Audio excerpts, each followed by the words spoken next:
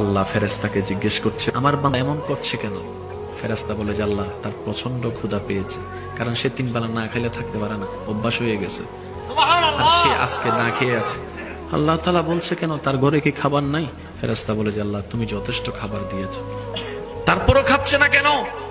ফেরেশতা বলে আল্লাহ, তোমাকে খুশি করার জন্য।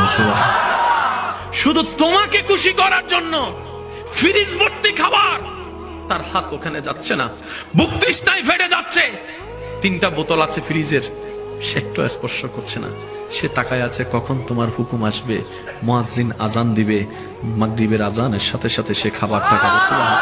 সে বলছে জান চলে গেলে চলে যাক, আমি রোজা ভাঙবো না, তৃষ্ণায় জিহ্বা বের হলে হয়ে যাক, আমি রোজা ভাঙবো না। রব বলে যে আমি তো এটাই দেখতে চাই, আমার বান্দা খুশি মনে আমার জন্য পেট দিতেই থাকবে, আমি আল্লাহ তাকে নিয়ামত বাড়াই দিতেই থাকবো। সুবহানাল্লাহ।